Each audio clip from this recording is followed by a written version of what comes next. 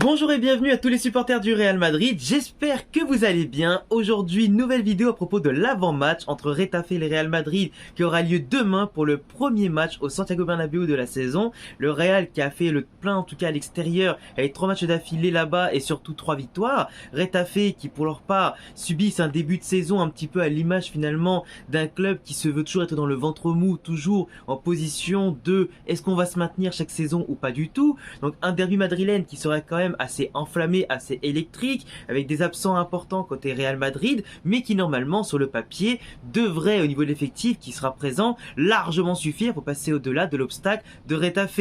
Derby ou pas, un derby ça ne se joue pas, ça se gagne. Du coup bienvenue les amis aujourd'hui dans l'avant-match entre le Real Madrid et Retafe. Et je vous rappelle au passage que si vous êtes fan du Real Madrid, n'hésitez pas à vous abonner, cocher la cloche, le petit pouce bleu et les réseaux en description comme Instagram et Twitter pour parler football en dehors des vidéos. Là je suis actuellement pas dans mon décor, je suis encore en vacances, donc je vous fais une vidéo avec les moyens du bord, notamment avec juste mon téléphone. Donc merci en tout cas à ceux qui auront la patience de voir toute la qualité revenir avec le matos, le décor, tout ça à partir du 8 septembre. Pour l'instant je suis encore en déplacement donc je fais au mieux, mais en tout cas vous voyez bien que malgré tout ça, je continue de faire des vidéos pour vous et pour vous divertir. Pour parler de la situation de Retafe les amis, on a un Retafe actuellement qui est 11e de Liga avec seulement un but marqué et 3 buts encaissés.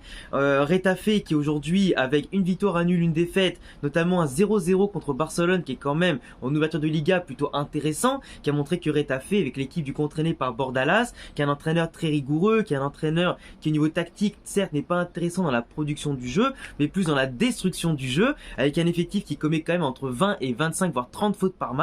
Donc qui coupe beaucoup le jeu, qui hache beaucoup celui-ci, qui va jouer la montre un maximum, qui va verrouiller les espaces, qui aura un bloc défensif surtout qui va parfaitement bien coulisser, mais qui comme contre Girona le week-end d'après a mangé 3-0. Donc en fait c'est un effectif si tu veux qui se base sur quasiment pas grand chose en termes footballistiques, certes qui a un verrou qui peut être impénétrable, mais si le verrou saute une fois, et ben malheureusement ils n'auront plus le choix que d'attaquer pour revenir au score et laissent des largesses défensives assez importantes derrière. Donc en fait leur tactique c'est un gros bloc défensif qui va miser beaucoup sur les fautes, sur la perte de concentration de l'adversaire qui sera frustré de pas percer le bloc, qui va perdre en patience et des fois faire une erreur en tout cas sur les passes qui peut être latérales, qui peut être des passes un petit peu ratées en arrière, des fois des passes totalement qui peuvent relancer Retafe sur des phases de contre intéressantes. Retafe qui n'est pas non plus excellent au pressing mais qui se contente de défendre et se projeter derrière assez rapidement, mais si l'adversaire fait sauter le verrou avant, bah c'est quasiment mort pour Retafe pour revenir au score.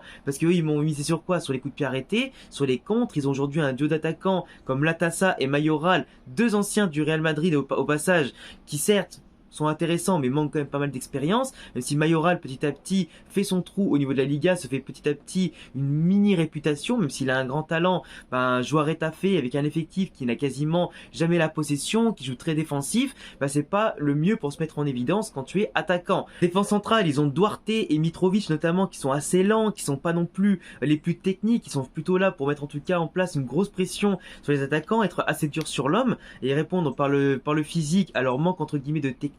Mais globalement leur anticipation est quand même assez intéressante, mais dès qu'ils sont dépassés que ce soit physiquement ou dans les petits espaces, dans la vitesse, etc., malheureusement, ils sont morts. Et globalement, si leur charnière centrale s'écroule assez rapidement, tout comme leurs arrières latéraux qui sont pas non plus les meilleurs arrières latéraux qu'on peut trouver sur le championnat, globalement, ces deux-là, si tu les fais prendre l'eau en passant beaucoup sur les côtés, que tu les pousses, malheureusement pour eux, à reculer un maximum et être simplement que des défenseurs plus que des latéraux qui peuvent apporter aussi offensivement, la défense centrale sera également débordée et globalement, le château de cartes va s'effondrer. Parce que le mieux de terrain de Retafe, on peut dire que le milieu de terrain peut compenser en général les défenses qui prennent l'eau, etc., ou les montées des latéraux, tout ça, mais le milieu de terrain de Retafe se fait extrêmement manger dans les défis physiques et aussi dans l'engagement du football. Ils n'ont jamais la possession du ballon, Retafe, même contre Alaves qu'ils ont remporté l'autre jour 1-0 dans leur match, ils n'avaient même pas la possession. Donc tu vois, Retafe c'est un effectif qui n'a pas la possession, qui est juste dans la destruction par rapport à la création, qui se projette et profite de la moindre erreur de l'adversaire sur des erreurs dynamiques l'inattention. Mais encore faut-il que cette erreur-là arrive et qu'entre-temps, il n'ait pas pris de but, tu vois. Donc un effectif qui est très limité offensivement, très limité dans la création, la possession et surtout la conservation du ballon, mais un effectif aussi qui certes peut être très solide, mais un verrou qui peut vite sauter, par exemple avec des frappes de loin, des coups de pied arrêtés ou la capacité du Real par exemple à construire et contourner les blocs avec vitesse et percussion. Le Barça a manqué beaucoup d'efficacité parce que le Barça a quand même tiré beaucoup de fois contre Retafe et malgré des occasions très chaudes de Lewandowski, etc. Malheureusement, c'est toujours passé à côté, un poteau, un truc comme ça. Et on va dire que c'était plus la chance qu'a sauvé Retafe qui offensivement n'avait absolument rien construit contre le Barça.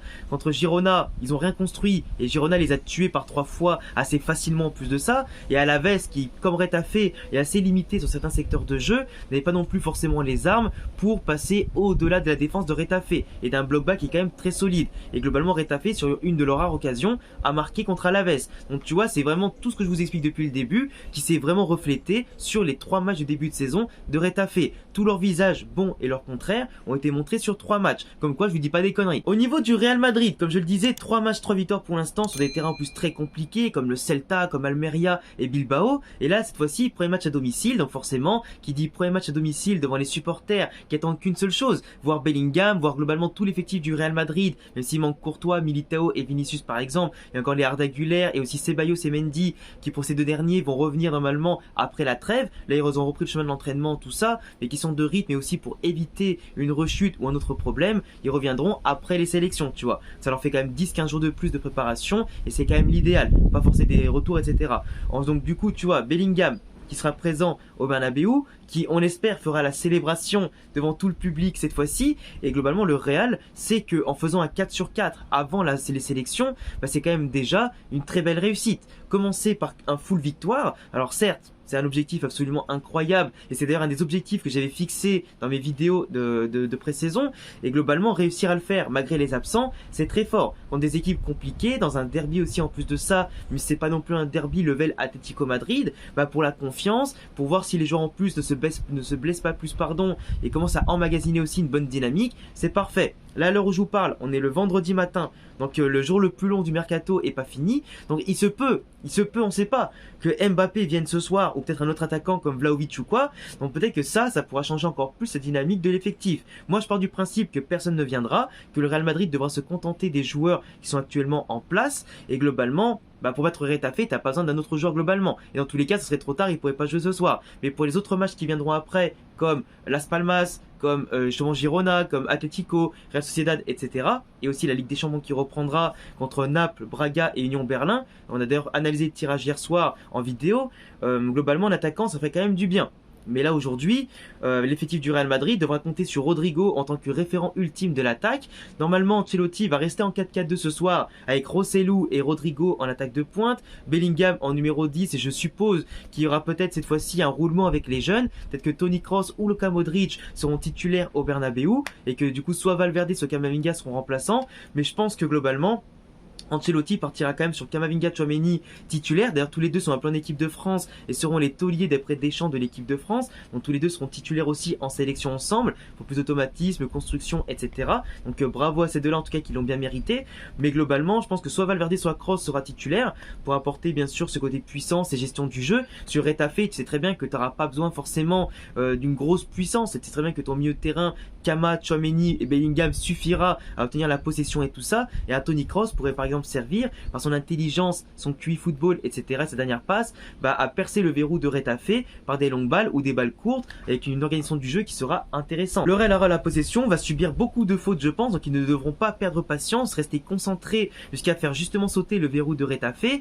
Rodrigo qui par ses mouvements qui sera plutôt sur le côté gauche retrouvera un côté qu'il affectionne beaucoup, même si de base c'est la propriété de Vinicius. Donc à voir comment le Real Madrid pourra, avec les appels de Bellingham et le côté comment on appelle ça, fixation de Rossellou qui va rester là pour dévier les ballons, pour attirer les défenseurs, comment ils pourront justement contenir tout ça, avec un Carvajal qui aura tout le côté droit cette fois-ci pour déborder, pour centrer, apporter toute sa puissance et sa précision sur ce côté-là, en espérant bien sûr qu'avec Rossellou on aura assez de présence devant pour planter les ballons et après asphyxier Retafe un maximum dès les 20-30 derniers mètres, et surtout aussi dès qu'on perd le ballon, un gros pressing pour justement les asphyxier. Là j'espère quand même qu'Ancelotti fera confiance un petit peu au minimum, je dis bien un minimum, à Brahim Diaz qui qui méritent quand même de jouer. Vinicius est pas là, donc il faut quand même faire tourner un minimum pour que justement les joueurs prennent de la confiance et se sentent importants. Si Brahim Diaz joue très peu depuis le début de saison et que dès qu'il y a des absents comme Arda Güler par exemple et Vinicius, il joue pas, frérot, à quoi ça sert que tu l'as acheté? Tu l'as quand même vu en vidéo, tu l'as quand même vu en match, etc.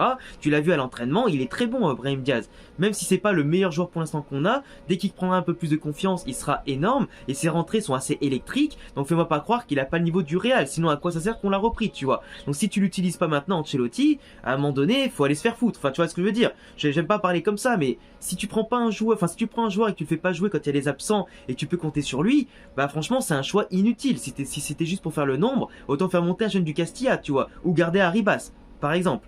Mais voilà, donc en gros Brahim Diaz qui aura son rôle à jouer là-dedans, mais le Real Madrid qui avec son milieu de terrain puissant, sa domination et tout ça, et une défense en général et aujourd'hui qui est solide, avec Rudiger à la bas qui normalement devrait pas se faire prendre à défaut par Latassa et Mayoral, Fran Garcia qui petit à petit monte en puissance et qui va laisser encore Ferland Mendy pour l'instant sur le banc, qui peut toujours apporter par sa classe, par ses montées, ses centres aussi percutants et tranchants. T'as le côté Carvajal qui a retrouvé son niveau et Lounine en ce moment qui quand même avec Kepa vont alterner je pense petit à petit les matchs de Liga et qui sont pas les assurances tout risque mais qui normalement devraient pas subir beaucoup de frappes contre Retafe. Mais le peu de frappes qu'ils auront à choper, ils ont intérêt justement de bien l'attraper et pas l'encaisser. Enfin bref, moi je pronostique aujourd'hui une victoire, franchement allez vas-y, un 3-0 pour le Real Madrid contre Retafe. Pour la première à domicile, on n'a pas le droit de se rater, c'est hors de question. Là Bellingham, je pense qu'il va marquer encore un petit but contre Retafe, ce serait en tout cas bien pour qu'il conforte sa place de meilleur buteur du Real Madrid et de la Liga surtout, loin devant Lewandowski et la concurrence. Pourquoi pas un but de Rodrigo qui pourrait s'affirmer comme le leader actuellement en l'absence de Vinicius et qui doit s'affirmer comme un leader autant à la passe D que dans les pénaux provoqués et dans les buts marqués aussi, en espérant qu'il n'y aura pas de problème de penalty raté encore cette fois-ci dans ce match-là.